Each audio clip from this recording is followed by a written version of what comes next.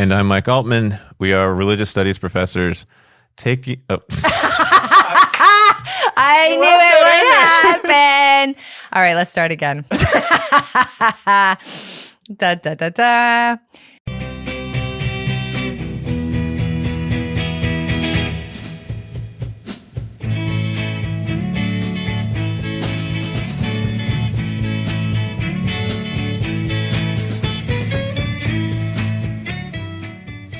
Welcome to Cult Favorite, the podcast that's your own personal Gurdjieff device. I'm Ern Simmons. And I'm Mike Altman, and we are two religious studies professors trying to understand all of these cult documentaries. You can't stop binge watching. We're also two religious studies professors who are using inside jokes, and I don't like it. If you have not, you're fine with it, but I'm not.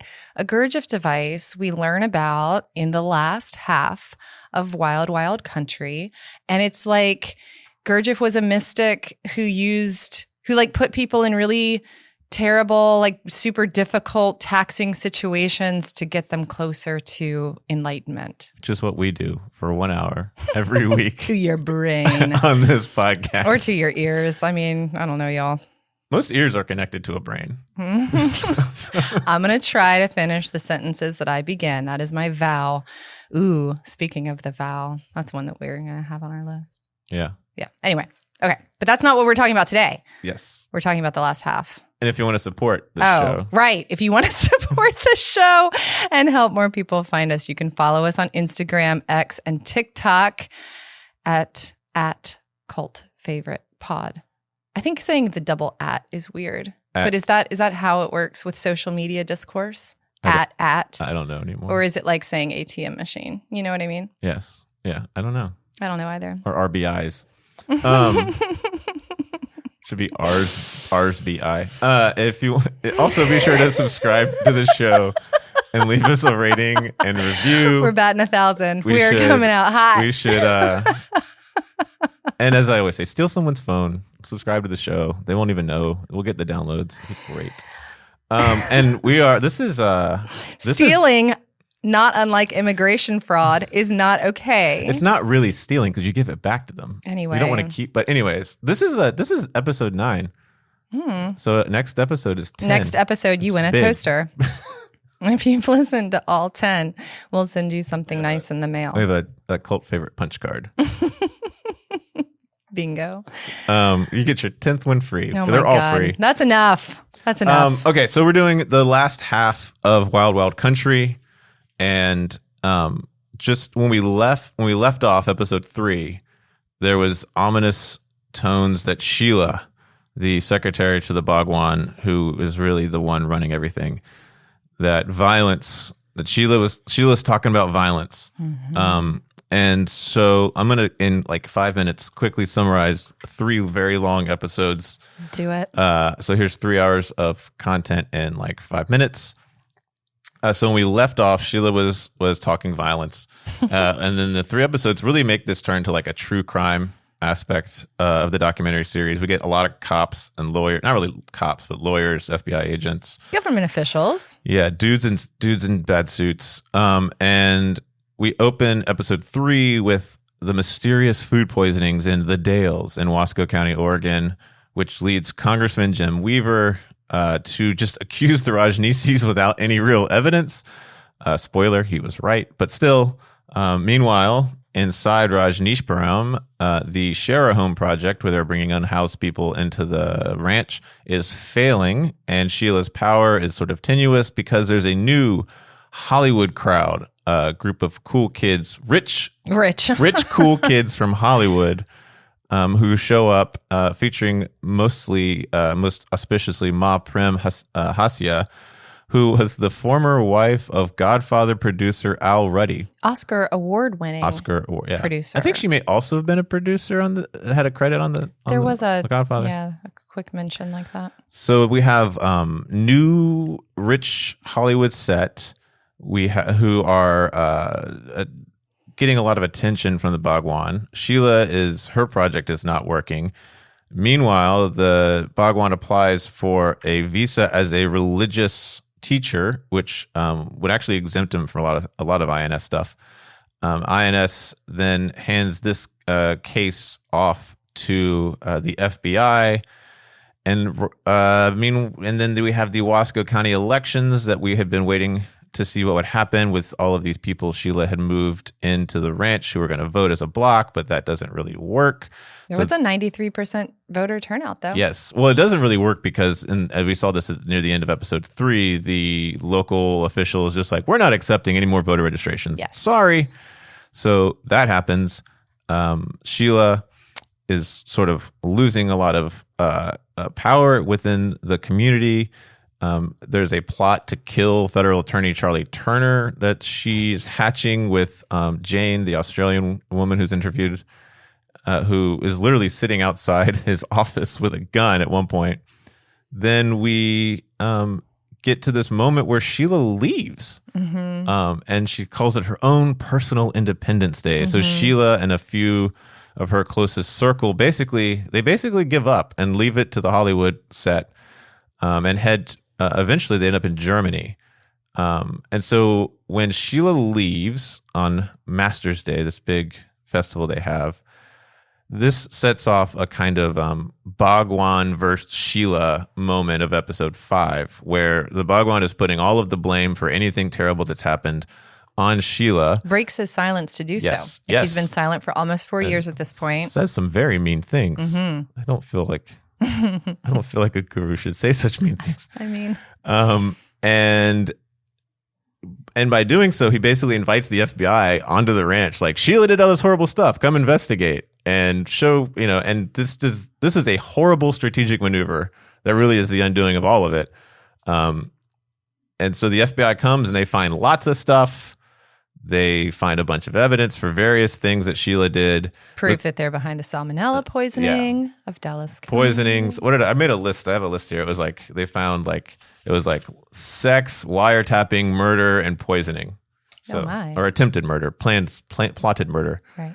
I don't think sex is a crime. I don't know why that was on the list. Well, because it's what we hear from the FBI agent who goes into the ranch. We see him on tape, and literally the first thing that he says, which I think is pretty telling, among all of these other things that they're finding, the first thing that he talks about, though, is, I saw a couple having sex on the bridge, and that was just the beginning of 2 days of weirdness. There is no law against having sex on a bridge. Anybody should be able to have a sex. It was an Italian couple having a sex. It's a free country. And so, well, not if you ask. Not that free. Niren. And then Krishna Dev, who is not in the documentary, I think might actually be in witness protection. Yes. Who is the mayor? He turned state evidence. Yes. And then Bhagwan, there's secret indictments for both the Bhagwan and Sheila, and Bhagwan decides it's time to get out of Dodge. And there's like this whole thing where there's about to be a raid, and there's like, is this going to be Jonestown? Yeah. Another Jonestown, and what's going to happen? And right before any of that can happen, the Bhagwan gets on a Learjet with sounds like the Hollywood set and takes off. There's then the whole episode 6 is this plane, is sort of the chase of the Bhagwan, and then the kind of like, where are they now situation. And so you have the Bhagwan he lands in Charlotte and then is arrested and then is hanging out in the Mecklenburg County. But then they take him all over the jail. place for 3 weeks. It's such that then when he finally lands back in Portland, he's ready to surrender because he's just been subjected to a lot of difficult treatment over the course. It was like a 3-week ride bouncing from different facilities. And on top of the 3-week ride, you just have he was already not in great health. I mean, if you remember when he first came in 1981, there was back issues and all sorts of stuff. And is that part of the silence? So yeah, and then you get sort of the where are they now, which isn't really a lot of action, but it's a lot of people thinking about this. There is a raid in Germany. Reflection. Yes, there's a raid in Germany where Sheila gets arrested. She goes to federal prison. The woman Jane, Shanti B. Yes, and or Jane. Or Jane. She stays in Germany to avoid prosecution. But then we have this very kind of like heart-wrenching story about her son having her son who had grown up in the community. Yeah, Peru. Has developed brain cancer. He's living in Australia at this point, and she can't go to him, and so she goes to Portland and throws herself at the mercy of the court. Oh, right. That's how it worked. I couldn't figure out if he was in I knew that she couldn't go back to Australia, but I couldn't figure out if he was in the U.S. still because he had been living in Rajneeshpuram. Right. No. And I couldn't figure out if he was in the U.S. or Australia. That's what it was. He's in Australia, but she has to go to the U.S. Yes. Got it. Because, she can't, if she goes to Australia, she's extraditable. Yes.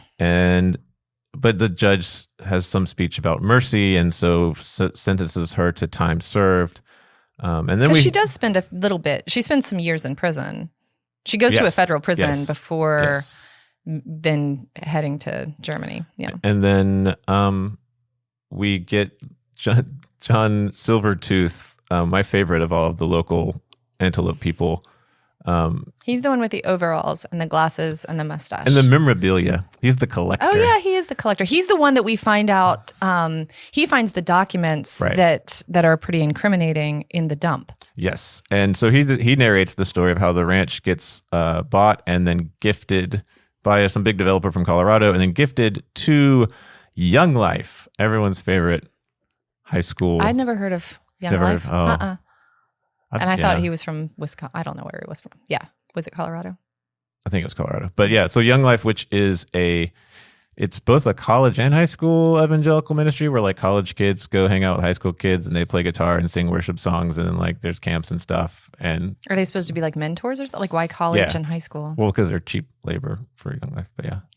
Well, it's like a high school youth group thing. It was interesting because he did say like, I mean, I guess they're kind of like a cult too. Yeah. But they're way better neighbors. He makes the point that you had the cult of sex and now the cult of abstinence. And it's kind of, I don't think old John Silvertooth likes neither of them, it seems. So that's where it kind of ends up. And yeah, so if you didn't watch it, that's what happened. That's what happens. Miranda, what do you want to talk about? Did it feel to you, or was it just because I was having a week, that the last 3 episodes took a while? The three hours seemed like a lot of hours, but maybe that's just because they were packing a lot in. I don't know. They were more than some of these were like an hour and 5, hour and 10. Not unlike our episodes that mean to be an hour, and yet they can drag. We're gonna do it. So that is to say, I have a lot to talk about, but you mentioned one of the things that I wanted to talk about was genre, because you mentioned true crime genre, but I think that there's also like a relationship gone wrong element about it, because so much of what happens ultimately is like Bhagwan and Sheila really love each other. They have this incredible connection. It's cosmic and lasting. He trusts her with his own personal protection, but also the building of this community. They go to the US. They create this space. And then, like you said, I mean, she leaves without saying goodbye. Yeah. And that's hard for him.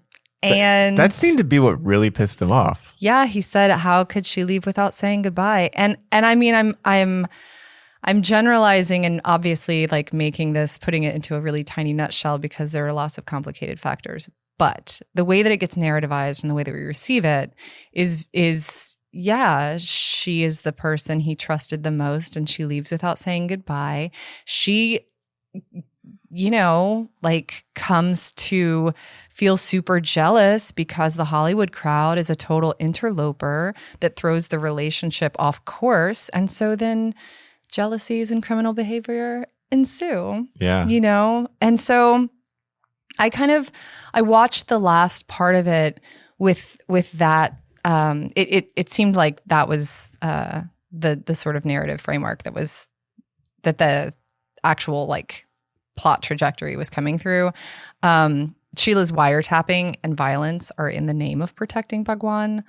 The extremes that she goes to, poisoning the town, are because he tells her that they need to get seats in the election. So, there's that. But then his response to leaving her was, kind of yikes, because there probably wouldn't have been the FBI coming in and like having a case really at all if he hadn't started articulating all of these criminal acts that had been going on.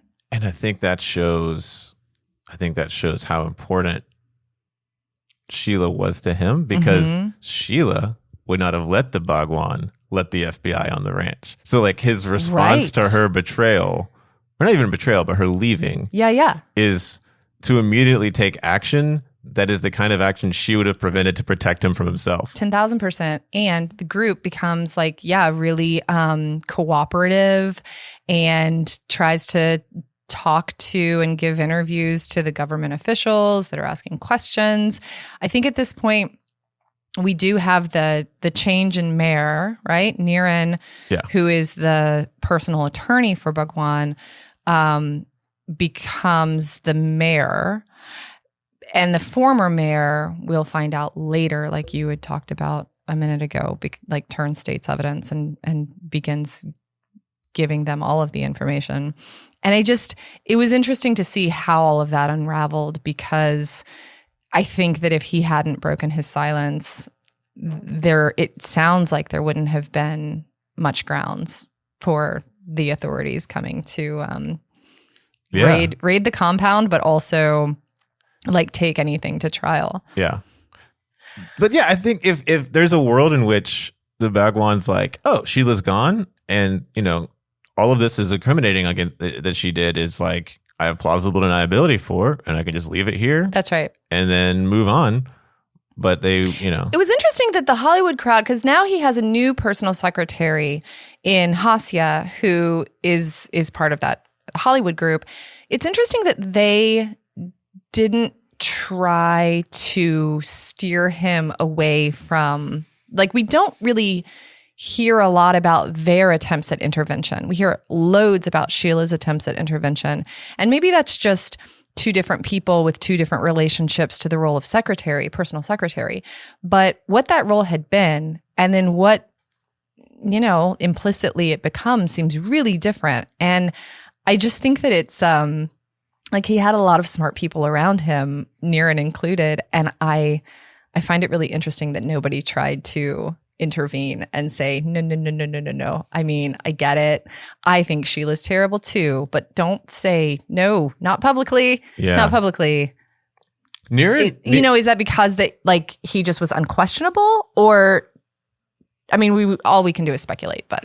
Well, you get the feeling Niren is incredibly devoted. I want to we'll talk more about what we mean when we say devoted, but incredibly devoted to Bhagwan, but that he's not in a position to he can't say shit to Bhagwan, right? Yeah. Like Sheila was the only one who could you get the sense could tell him something or ask something of him.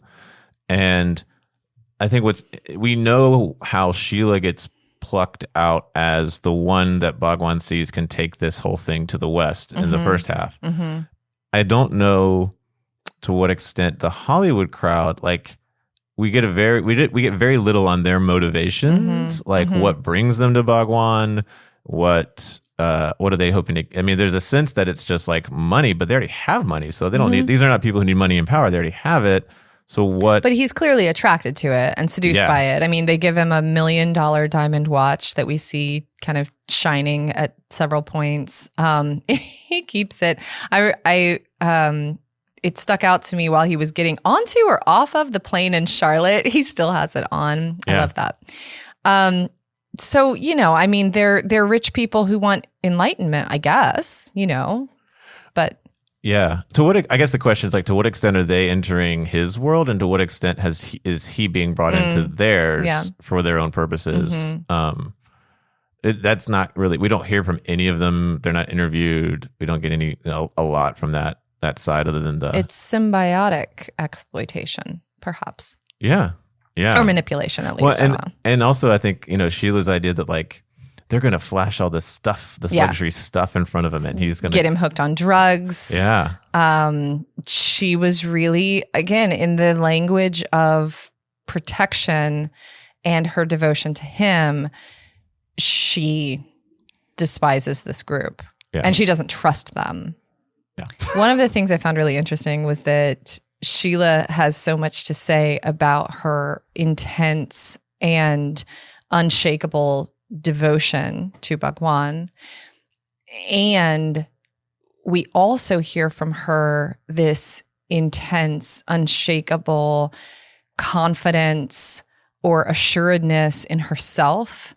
Like the self-other relation. I mean, if we are thinking about this in terms of a kind of like relationship gone wrong, there was something really interesting about that dynamic just internally to her and within her own language that I found really interesting. Because of course, what she'll end up saying when they're doing like the reflections of where are they now and stuff, she says like, it doesn't matter what happens to me when I die, because wherever I go, I make my own paradise. Wherever I am, the greatest line. That is the greatest line. I love it. It's like, yeah, no, I mean, and so she's had this like intense rejection, and she has been on the giving and receiving end of this intense rejection.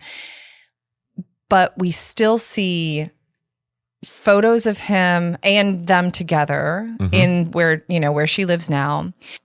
And where she lives is also a space that she has opened to like a big group of people who are elderly, who have issues like Alzheimer's and dementia, who she's taking care of in a kind of hospice-y way, but also in like a lifestyle quality of living way. Yeah. And we see them dancing together and singing songs. And she talks about how that is a vision of community that she learned from Bhagwan. So there's this really interesting way that she rejects so much of what he became in her eyes, and also held on so fastidiously to what she feels like her own motivations were in following him in the first place. Yeah, and even that house that she's in, she's if Bhagwan dies in 85, so she was with him the last 4 years that she's doing this experiment, and so there's a way that like she's kind of already doing for him what she ends up doing for these people in her home. Like she's if we think about how his health was never great during the last, during this whole situation. So I think that was also kind of interesting that like there's a kind of through line, and she does not come off, especially in the footage of her from the time in the 80s, like as a caretaker. Right. But like, I think that there's a lot that's going on that's not in front of the camera where she's doing that work. Well, and it is how she talks about herself. It's just not in maybe our kind of traditional formats of caretaking, like in the way that we think. I mean, she's probably doing that behind the scenes, right? But what she is talking about in terms of protecting him at any and all cost is, I mean, what could be more caretakey than that? That's why she has Shanti B try to kill his physician in the first place, because she's convinced that Bhagwan's physician, who ends up marrying Hasya. Yeah. His personal physician, Sheila's convinced that he's going to kill him.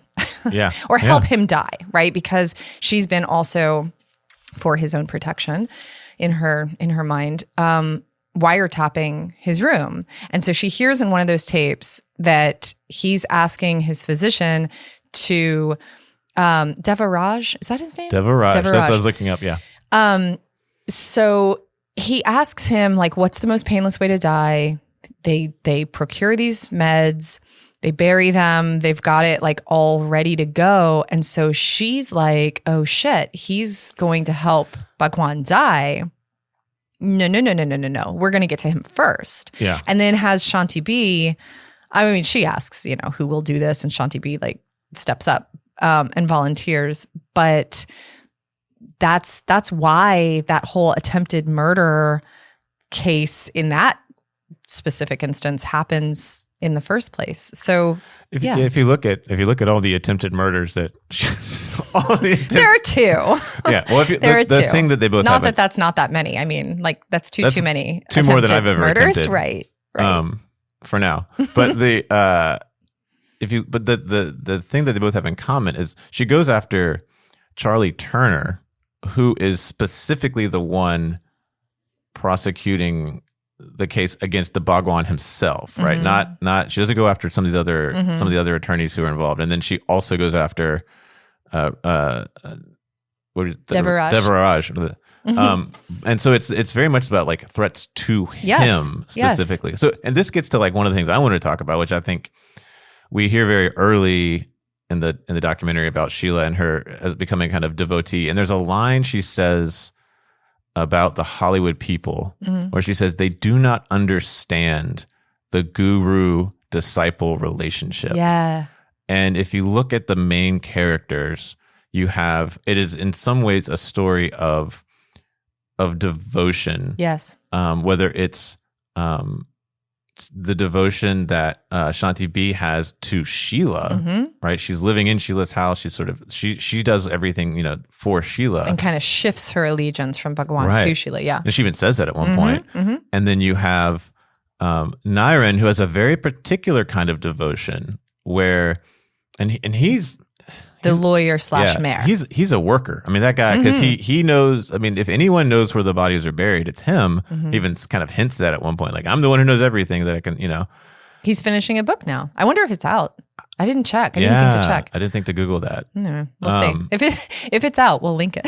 We'll link it. I don't know. We'll link Niren's book about. We should maybe read it first. Yeah. But then screen that. But his devotion, and he talks about this at length at various points, is sort of to Bhagwan for what he means for his spiritual journey, for his own personal development, and how much he sort of loves him and wants to be, he follows him back to Pune after he leaves, is there up until his death. And then you have like the devotion of the Hollywood people that seems to be, and Sheila's telling the idea is like they wanted to kill him and take over, which they may have done. Allegedly. I'm not saying that in any actionable way. And then she definitely does not think that his death was of natural causes, though. Right. No. And there's plenty of India news coverage in that same vein. And so the question of like, and I think too with Sheila, what's interesting, because her argument is in a lot of ways is that like I was devoted to who Bhagwan is, and then he stopped being that. Yeah. But I remain devoted to. I think this is why there's like the photographs. I'm devoted to that Bhagwan. So this OSHO guy, this guy that is hanging out with, Rajdev, the 80s Jesus, he looks like he should be in Godspell. But like. And OSHO, just real quickly, is what he comes to be called in those last few years of his life. It's like a Japanese word for teacher, right? Teacher or master. Yeah. And he does that. Yeah. And so the question of like, what does it look like to be devoted? And it kind of, the whole thing ends with the community who is now devoted to this Bhagwan that's no longer around. And so that's a whole different kind of devotion. I think it's really interesting. And I think it in some ways it's Sheila. I mean, Sheila, it's about the Bhagwan, but it's really a documentary about Sheila. For sure. And I think what's so striking about that devotion element and this guru devotee relationship that you're bringing up is the fact too that both Bhagwan and Sheila engage in that rhetoric and also relationship without any like overt appeals to religion specifically. Yeah. And then towards the end, there's an express denial of religion from both of them. And I think when and why and how people do or don't invoke religious rhetoric in the documentary is really interesting. So like part of Bhagwan's like claims when he does break his silence and does start making all of these allegations against Sheila is that the Rajneesh religion was started by her without his permission, which is interesting because nobody was ever saying like, it's not cool for you to have a religion. I thought that was a really interesting piece of like, this wasn't even a religion for me. This was her idea. Like, I don't know what that was about, but it's a common move though, right? Like, I don't know, maybe 10 years ago, there was like a brief moment where there was this like, I just remember this coming across my desk, this like spoken word thing about like how like Jesus didn't start a religion, right? And it's like, so there's this thing that happens when something institutional gets icky. That would be a spoken word. Yeah, it was the whole thing. It was the whole thing. I used it in class, that's why I remember. But like but you'll hear that. You'll still hear that from like evangelicals, like it's about a relationship, not a religion. But what it does is like when institutions get icky, as most institutions eventually do, you quickly say, "Oh, that's religion," and religion becomes like the catch-all for institutional ickiness. And so you see this with there's a number of times, especially with gurus from Asia who come over and. Because American devotees are like, we're going to make a thing. Like, we know how to make churches. That's what we do here. So we're going to like make the church of whatever, like basically. Right. And then that which is very different and sometimes very different than the way it would be handled like in India. And so you get this institution and then things go awry. And then the leader's like, I'm against institutions. I'm against all of this stuff. And it's like, you weren't against it when you were driving that Rolls Royce, brother, but like. He was for consciousness raising is what the people who still, so we hear that from Niren and Sunny, who have like stayed committed to the cause after his death. But like he says at one point, I'm against all religions and I'm not your leader and you're not my followers. And so he starts telling them, like, this is when they kind of become I think they use the language of like freeing them. He frees them to wear whatever colors they want. He orders that all of the books with the Rajneeshism like rites and prayers and like the doctrines burned. Sheila's robes, they ceremonially burn.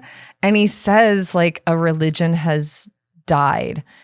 But then Sheila also says, I never started the religion. That was his idea.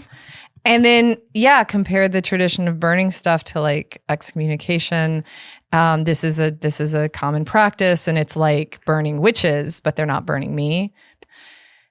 It is funny that no one meant to start a religion, and somehow they had one. But it's also this moment of like the real cult was the cult we made along like no you're freed now, so this other stuff that was like controlling, that was the cult or the religion or whatever, but in doing it you then reunite everyone else around the destruction of the old thing. And so you still have a thing, there's still a thing there, and you still to this day there's publications, and you can still go to Pune and hang out. Have sex on a bridge. They're sex.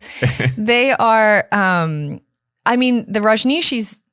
We don't hear them invoking religious rhetoric much in the first place. I think that's actually kind of what distinguishes them in part. Certainly not the only way, but from this white Christian ethos of Antelope. It's part of how we understand the difference, because everything that makes them seem weird to the locals in Antelope are all of these external social ritual behaviors. They don't know anything about higher consciousness and what they're teaching and how they just know that there are these orgies. They know that there's this ecstatic worship, or just not. I don't know if they even would call it worship, but like they see all of these social elements, and that's part of how we understand the Rajneeshees to kind of like exist in relation to Antelope in the first place. And so I thought it was really telling and kind of worth noting that when we do hear them talking about religion, when we hear them kind of invoking that term, it's near the end when both Bhagwan and Sheila are like, religion was never part of the point. That wasn't even my idea. It was this other person's idea. Well, and you also have it it's very clear in episode 5 that like you're talking about the sort of the white Christian, like there's so much rhetoric about like these people reject marriage and therefore they reject our social norms. And if you reject social norms, there's a good chance you're a criminal. And right. Like, it's that like really fine and fuzzy line where social norms and something called religion slide into each other because they're not actually distinct entities in and of themselves without. And it made me think about the people, the quote, I'm using scare quotes, but I'm on the podcast as a visual medium. The street people, because they actually get labeled that in little news interviews, like former street person, and who's about to get kicked out of the ranch. Yes. But the ways that you have so much, like literally the Reagan administration gets a call from Bowerman again.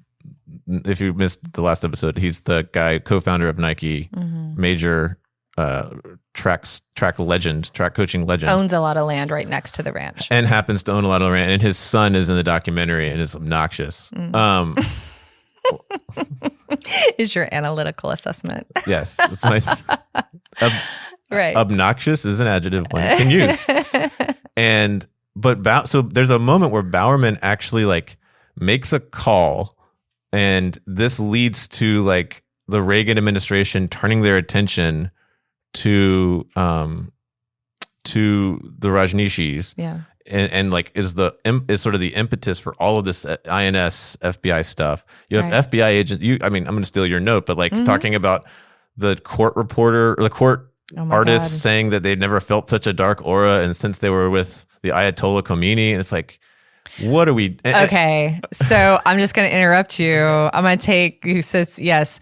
That is the counterpoint. The counterpoint that I found just super fascinating was like, again, so we've got Bhagwan and Sheila being like, religion was not part of the point. Thank you very much.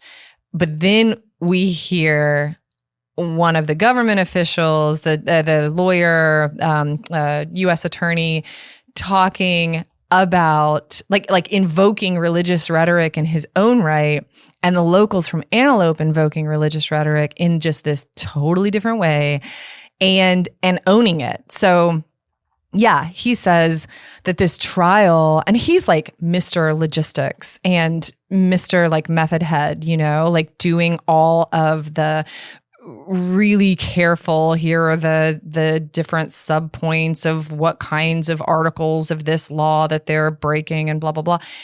And then he's like, at the trial, there was this dark aura.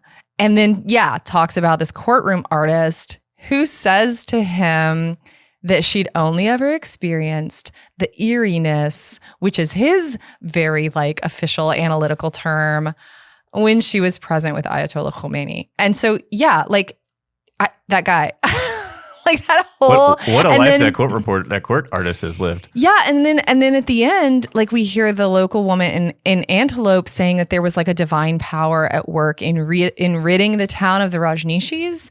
So just like, who's claiming what kind of access to what sort of religious authority? Yeah. Becomes the white locals who are trying to get the Rajneeshees out. It's not actually this group, this like minority religious group. Yeah. And I think so to connect those 2 points, I think what's interesting is the prosecutor is he's able to use the eeriness. There's a lot of evil talk. And all of the rhetoric from other prosecutors and officials that you see in the sort of one span in episode 5 of like just list, the social norms and marriage, and like all of that is a way to make it is a way to it hides the fact that at bottom a lot of what's happening here is a wealthy landowner is annoyed by these people who are next door to him. Like so much of this, like the Bill Bowerman is this sort of ghost figure in the background of all of this, because every time there's a major shift in the story, he seems to be like, whether it's the 1,000 Friends of Oregon, whether it's in this case, the federal government, like he's the one constantly he's the invisible hand moving so many pieces here. And I think it's sort of like, how much of this is actually about a religion at all, and how much is it just about land and money, and wealth? sure. And then the same thing with the Hollywood crowd.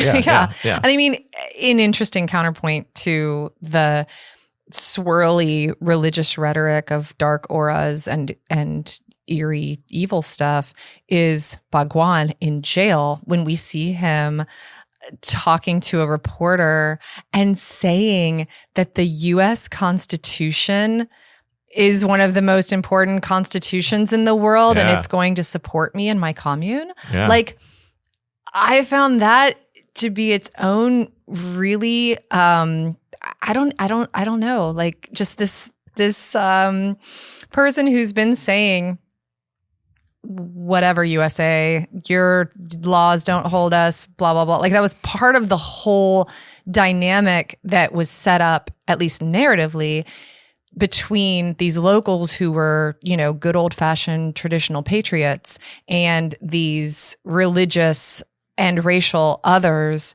who were coming from somewhere else, squatting on land, taking over their elections, yada, yada. But then, I mean, we talked about this a little bit last time, like the invocation from within the group about American values and their own like usage thereof.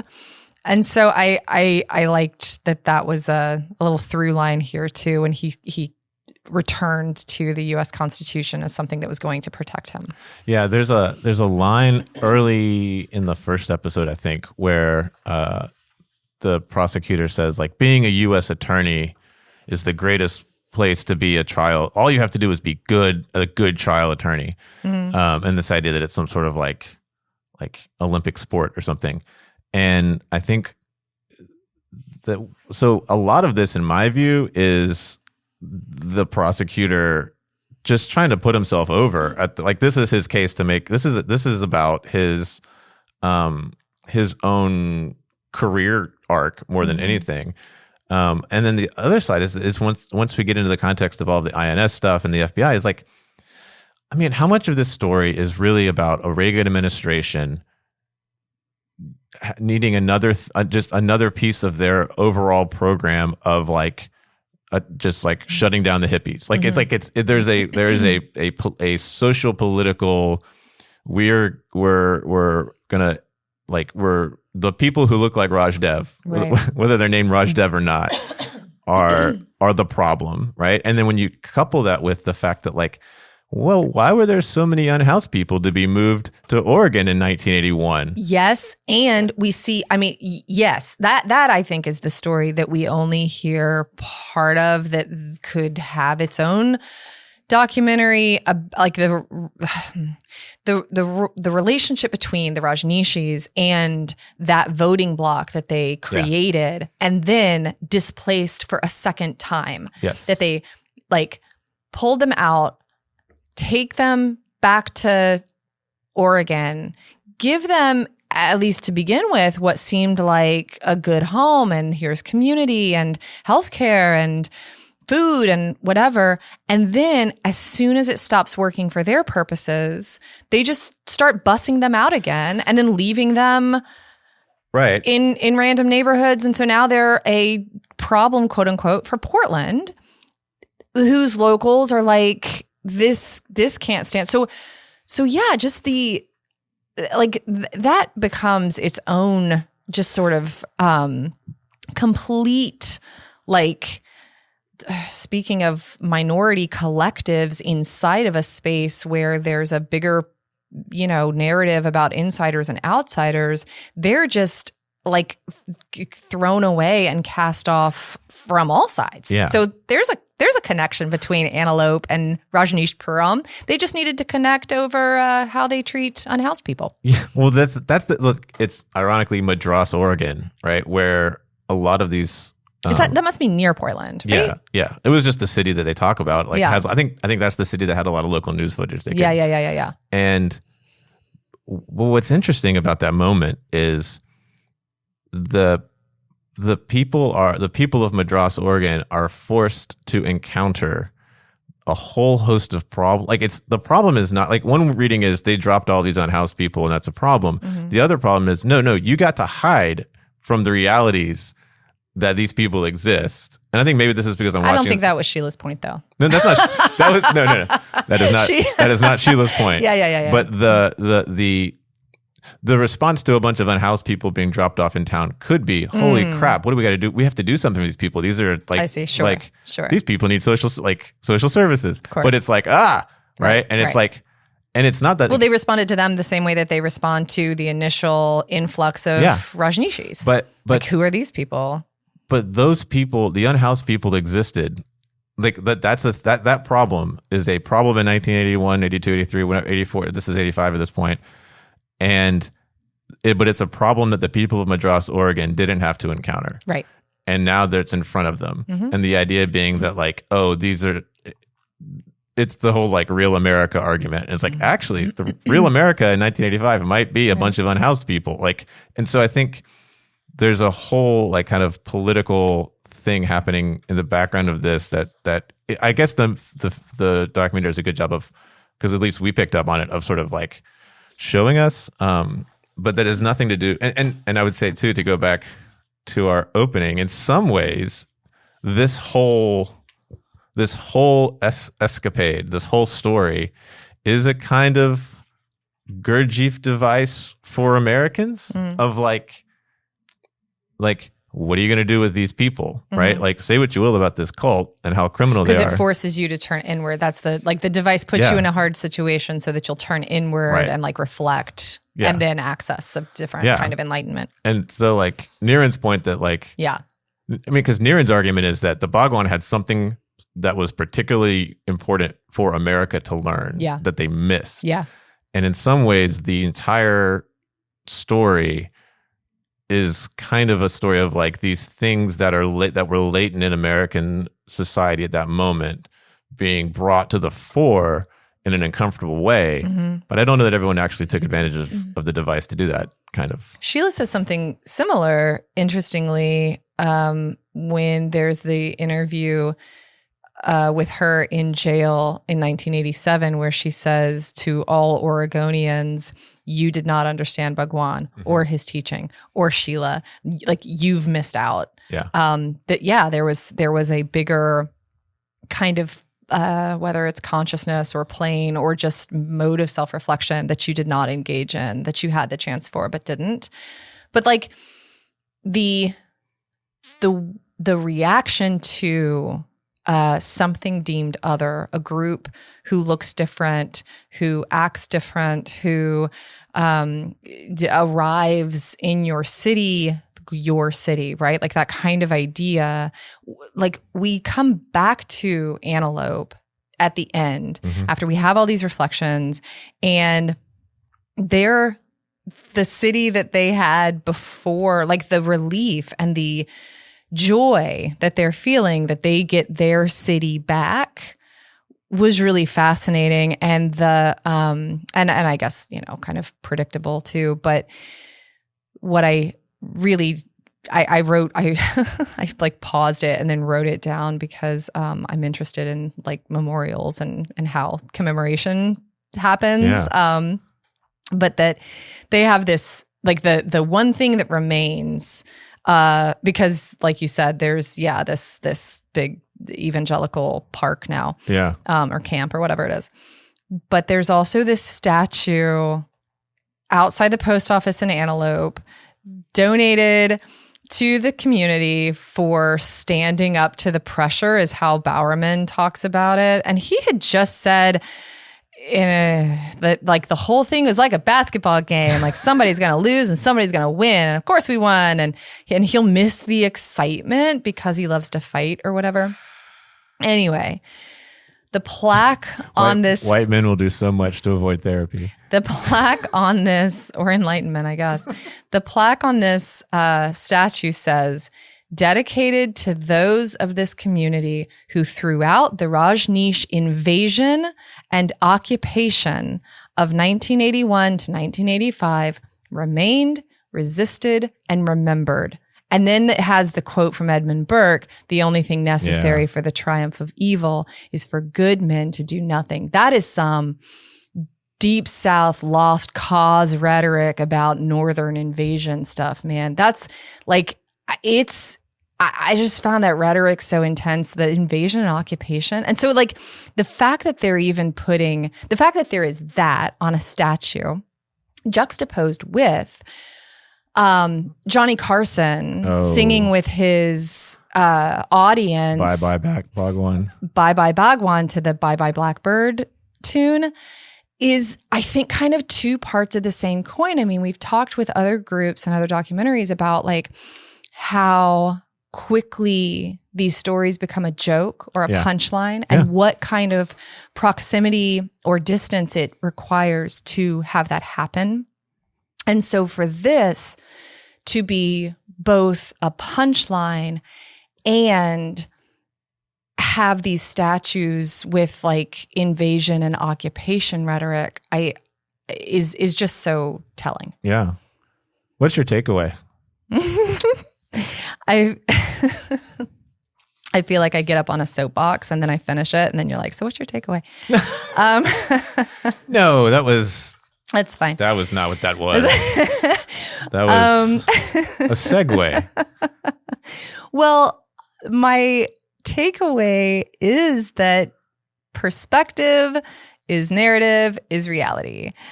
And we hear all of these different perspectives talking about the same event, and those different perspectives are like these different realities for people. And that makes, to my mind, it makes looking for like the real story of these groups kind of beside the point.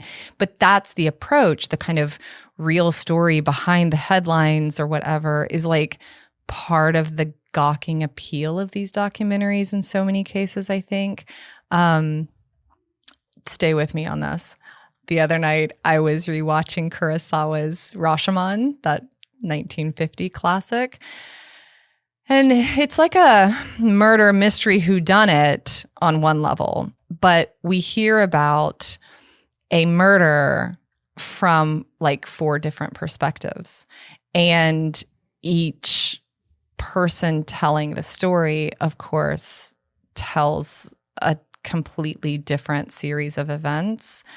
And I think that I thought of that while I was finishing Wild Wild Country, because it was so clear that perspective is reality, that our modes of storytelling like create our existence as we know it. There is no single Bhagwan, right? Correct. There's the Niren's Bhagwan, Sheila's Bhagwan, prosecutor's Bhagwan. And there's Bhagwan's Bhagwan. Because remember, he's like, I'm not that guy anymore. I'm not that person. He's like, that was 1,000 Bhagwans ago. Mm-hmm. And I think then the kicker is like, and that's it. We are all that. That is all of us. Sure. What's your takeaway? Mine is, I keep coming back to the I talked about this a little bit with Heaven's Gate and Jonestown, I guess, but like the cult as a 20th century thing, in my view, may be a complete media fabrication. Mm. And it might, like, I'm curious more and more as we think about this, the rise of national media and then eventually cable news seems to me to match up quite well with all of the cults, the kind of cult discourse and cult scare and anti-cult this and anti-cult that, in a way that like makes me think about like all the, and part of it is that we're watching these documentaries that are all like deeply rely on news footage and archival news footage, but like I don't know if cults exist if there's like, does a cult exist if there's not a camera pointed at it? Right? I don't know. Like certainly these groups exist and communes exist and high control religions exist. They've always existed, like, but it's forever. A tree falling in a forest with right. But yeah. it's just those people out there or those people next door but like there's something about the role that national media and then as a way to, like the invention of the water cooler, right? Yeah. In a way, and then how that gets sped up by cable news and 24-hour news cycle, and then in other cases we've seen like sort of hyper speed with social media, and so like there's something like to some extent I feel like I don't know if it's causal. I don't know. I think this is sort of part of the ongoing quest of this journey we're on, 9 episodes in. But like to me, like that's something I keep coming back to. Is like, how much of this is just the media becomes its own kind of voice box for a perspective, which narrativizes a series of events in a specific way, and thus creates our reality in relation to that series of events. And if we go back to a point you made a couple episodes ago about the way with Jonestown, about the way that these cults often exist to fulfill, like if we didn't want Jonestown, we should have given people healthcare and housing. It's kind of then like in some ways these cults in the media and the news become a way to talk about these things that were these questions around health, housing, sex, power, money, and so they're like. And so the reason the stories work for the media and they get viewers is because they are hitting on the kind of exhaust of our society in a way that then feeds back into the news, which then points a camera at them and away we go. Yeah. So that's what I'm thinking about. I'm into it. So my cult favorite is also a product of multiple perspectives, but it leads with empathy and curiosity. And it's Laurie Anderson's new concept album called Amelia.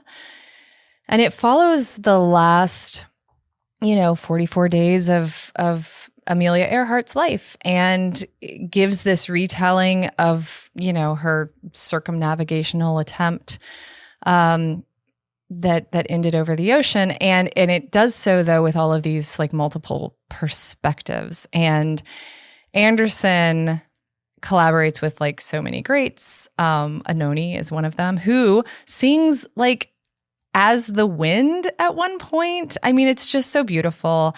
But it's about, Laurie Anderson is the genius behind Big Science from the 80s, was married to Lou Reed, how many people have come to know her, for better or worse. And I mean, I love Lou Reed, but anyway, the album is great. And it's about personal motivation and obsession, but it's Anderson's own interest in that because of her own work as an artist. And so she extends that to Amelia Earhart instead of like, it seeming like one more kind of gawky documentary piece about Earhart. So that's awesome. Yeah. That is awesome. And it's like so tight and compact. Like it's like, I don't know what it is, like 35 minutes or something. Ooh. Yeah, it's nuts and beautiful. So that's like, it's my cult favorite right now. That's awesome. What's yours? I'm sorry. I'm like looking at the Pitchfork review of the album because that's what came up first.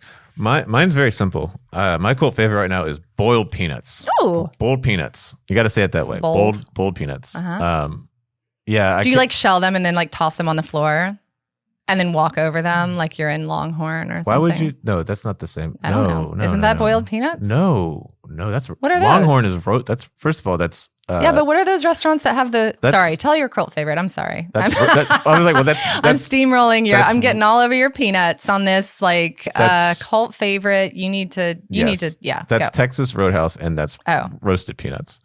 Boiled peanuts. Roasted, they like go. Sorry, you go. Sorry, stop asking so many questions. You said it was simple, but I think it's actually really complex. Boiled peanuts are great. You take It is, but yes, it's Okay. simple and complex. Okay. It is green peanuts. Mm. So they got to be fresh. And it's actually currently peanut season. So you can get these. And then you put them in a big, giant stock pot and just pour like a shit ton of salt in the water and boil them for the way you normally do it would be like a turkey fryer that you then boil them in. Wait, so you have shelled them at this point? No, or you have not? God, no, Okay, no, sorry. no. I've never boiled peanuts before. I never boiled peanuts. And I don't. It's not a thing that generally I recommend people do themselves. Okay. The secret. So Except in your case. No, I don't even do it. I don't do it myself either. No. I'm not recommending you boil peanuts. You have to find a guy. Usually it's a guy, a boiled peanut guy. And there's one at the farmer's market here in town. Okay. Does a great job. Great guy. Great boiled peanuts. But like the best boiled peanuts you'll find if you're traveling through the Southeast on a back road, like not an interstate, there'll be a guy with a truck and a sign, side of the road man with a sign that says peanut. I'm stealing this bit a little bit from a TikTok video I saw, but it's true. And so like this is my advice. If you're ever traveling through the Southeast and you're not on the interstate, sure, you should keep a $20 bill in your glove box, as I do at all times, because you'll never know when for so many reasons, but boiled peanuts is not least among them. You never know when you'll happen upon sure somebody with a sign that says peanuts with just the letter P and nuts and a turkey fryer full of boiled peanuts. And they are amazing. They will suck all of the moisture out of your face with their saltiness, salt. But they're lovely. So I've been getting them. Okay. My partner's been bringing home from the farmer's market boiled peanuts every week. Great. On Saturdays. And then I try to keep my children from eating them so I can eat them. What do you do with the shells? You compost them? You can compost them, yeah. You can do whatever. You do not throw them on the floor. Well, so yeah. I've always found, that would be gross. They're they're slimy at that point. Oh. Not slimy, but they're wet. I see.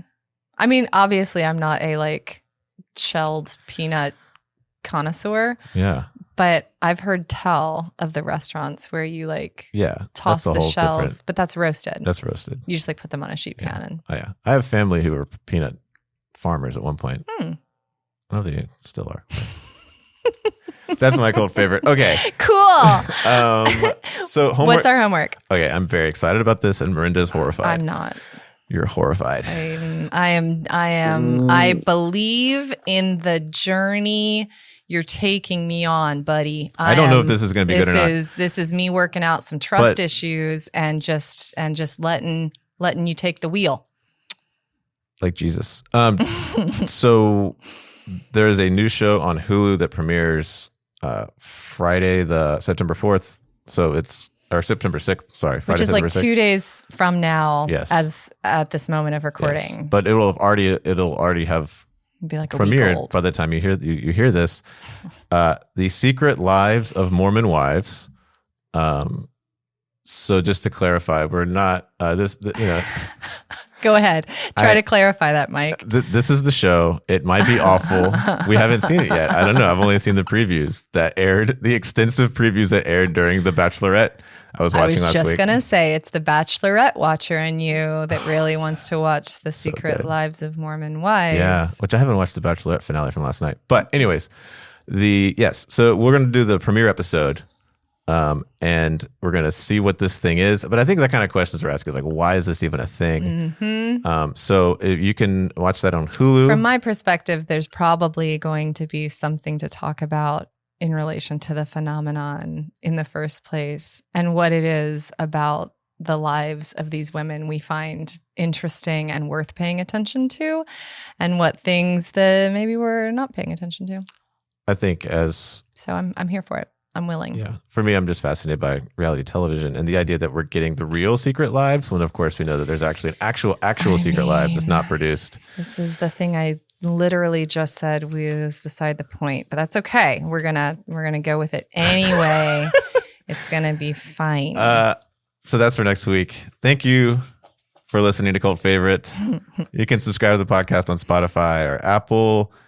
Leave us a rating. We have lots of ratings. We need reviews. Take a minute, write a couple sentences about how lovely it is. Oh my God. I'm going to let you use this moment to reflect inward why we need the reviews. Use the review We need reviews because that's how Apple pushes your podcast up to more people. But use the review to explain how this podcast has functioned as its own good GIF device in your life and what challenges we forced you to reflect on. Or use those moments to take a walk. We don't know. We don't know what you're doing with your life. But maybe if everybody listens to the 10th episode, maybe on the 10th episode, we should celebrate by sending people boiled peanuts without poison.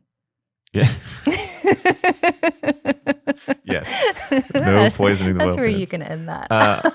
And you can follow us on X or Instagram at Cult Favorite Pod or TikTok.